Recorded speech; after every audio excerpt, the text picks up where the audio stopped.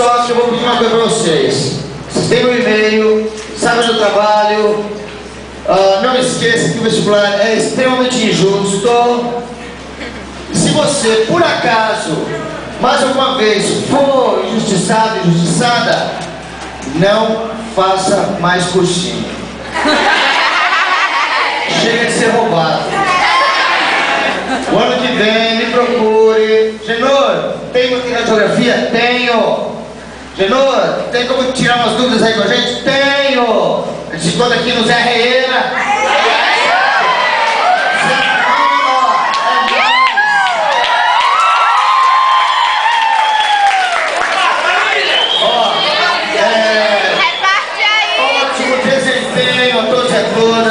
Vocês não são mais alunos, vocês são colegas, vocês são camaradas, são... Tá certo? Um grande abraço a todas e a todos. Olha, agora vocês... E não se iludam.